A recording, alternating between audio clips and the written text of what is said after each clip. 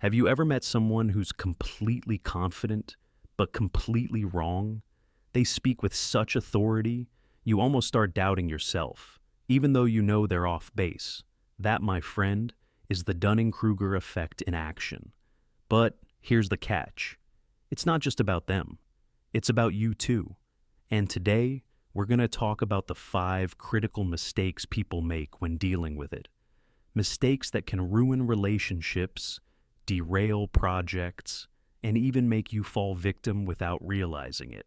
The Dunning-Kruger Effect, named after social psychologists David Dunning and Justin Kruger, is a cognitive bias where people with low competence in a domain overestimate their ability, while highly skilled individuals often underestimate theirs. The danger isn't just that it makes conversations frustrating.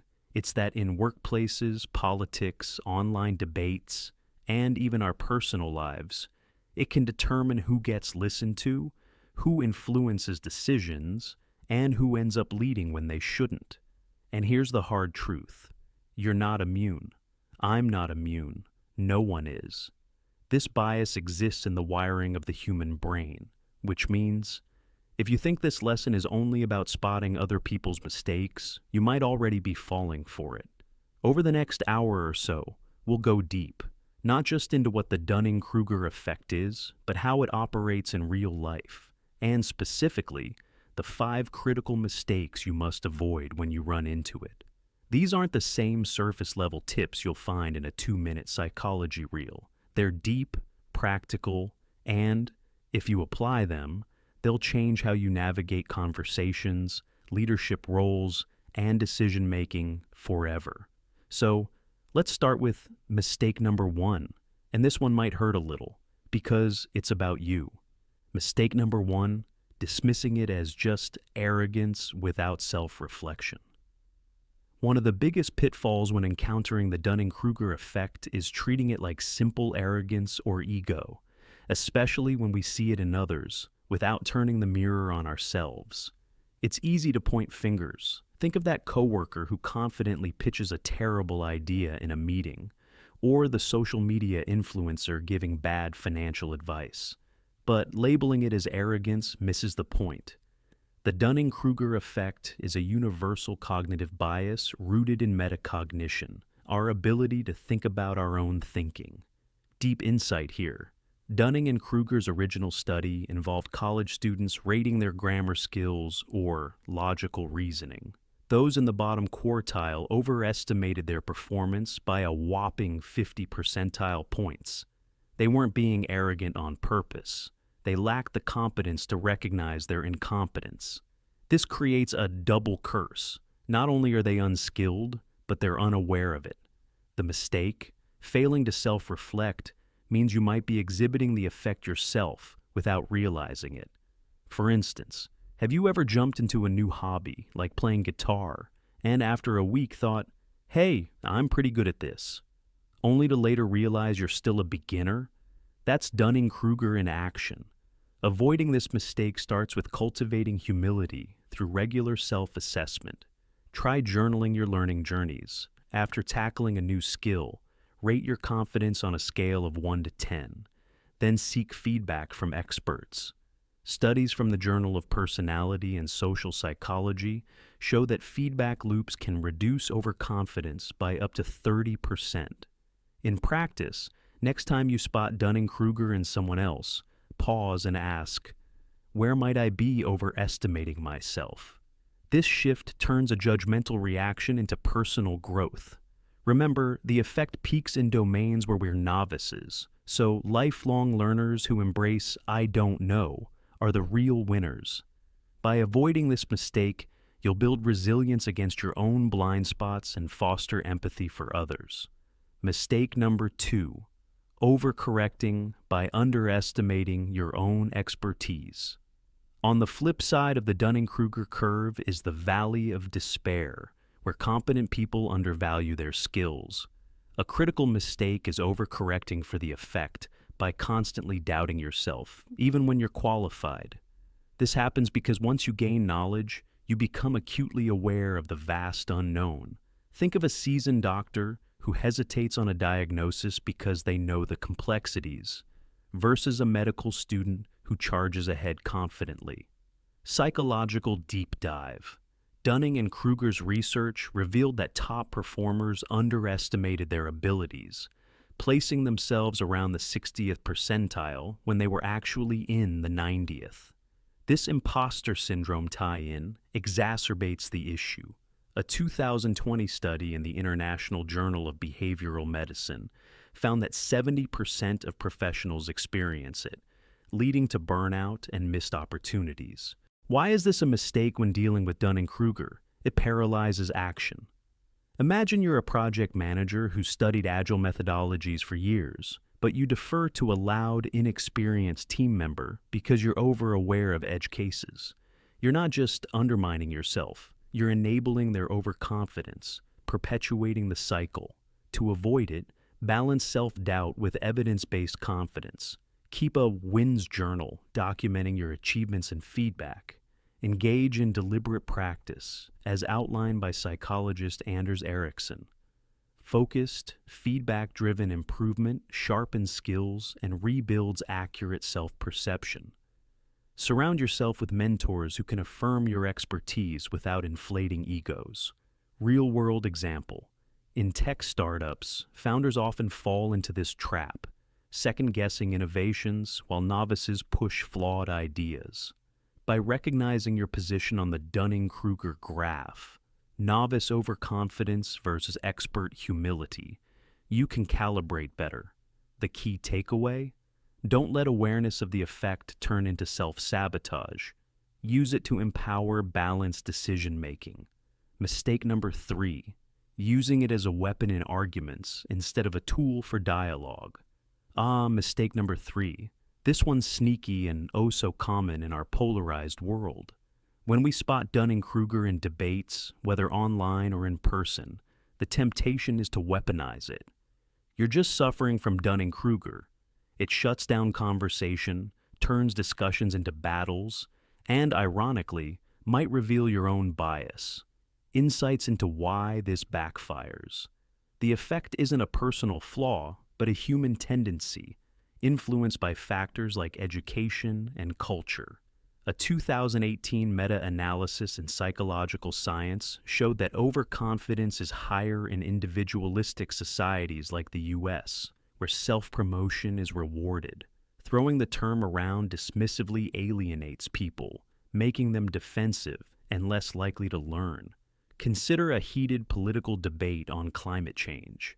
Accusing someone of Dunning-Kruger because they deny expert consensus might feel satisfying, but it ignores that their overconfidence could stem from misinformation or echo chambers. Instead, this mistake reinforces divides as seen in social media, echo bubbles where nuanced views get drowned out. Avoiding it requires empathy and Socratic questioning. Ask guiding questions like, "What evidence convinced you of that?" to gently expose knowledge gaps. Dunning himself emphasized education over confrontation. In follow-up studies, training improved self-assessment accuracy by 40%. Turn the effect into a dialogue tool. Share stories of your own Dunning-Kruger moments to build rapport. Practical tip. In workplaces, during feedback sessions, frame it positively. We all have areas where we overestimate. Let's explore this together. This fosters growth mindsets, as Carol Dweck's research shows, leading to better team dynamics. By dodging this mistake, you'll transform conflicts into opportunities for mutual understanding, making you a bridge builder in a divided world. Mistake number 4. Ignoring environmental factors that amplify the effect.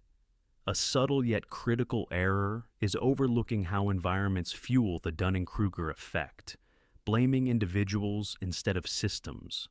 Workplaces, schools, or social circles that reward bluster over substance amplify overconfidence, while punishing vulnerability discourages experts from speaking up. Deep psychological layer. The effect isn't isolated, it's modulated by context. A 2022 study in Nature Human Behavior linked it to social feedback. Positive reinforcement for mediocre performance inflates egos, while lack of critique sustains illusions. Think of reality TV stars who gain fame despite limited talent. Their environment validates overestimation. This mistake leads to ineffective solutions. For example, in education, teachers might scold overconfident students without addressing a curriculum that doesn't emphasize metacognition. Result? The bias persists into adulthood, affecting careers.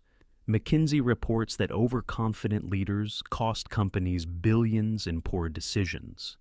To sidestep it, audit your environments. In teams, implement anonymous feedback systems to counter echo chambers. Promote cultures of psychological safety. As Google's Project Aristotle found it, boosts performance by encouraging humble expertise sharing. Personal application. If you're in a high-stakes field like investing, beware of bull markets where everyone feels like a genius. Classic Dunning-Kruger amplifier. Diversify advice sources and stress test assumptions.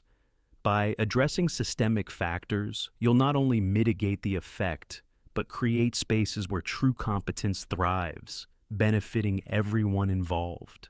Mistake number 5, failing to use it as a catalyst for lifelong learning. Finally, the most overlooked mistake, treating the Dunning-Kruger effect as a static diagnosis rather than a springboard for continuous improvement. Many recognize it, but stop there, missing the chance to turn awareness into action for themselves and others. Core insight: Dunning and Kruger's work isn't doom and gloom, it's empowering. Follow-up experiments showed that with training and exposure to superior performance, overconfident individuals recalibrated dramatically. Yet, without proactive steps, we stagnate. A 2023 review in Current Directions in Psychological Science noted that unaddressed Dunning-Kruger correlates with lower life satisfaction. This error manifests in complacency. You spot the effect in a friend giving bad relationship advice, but don't guide them toward resources. Or personally, you undervalue your skills and avoid challenges, stunting growth.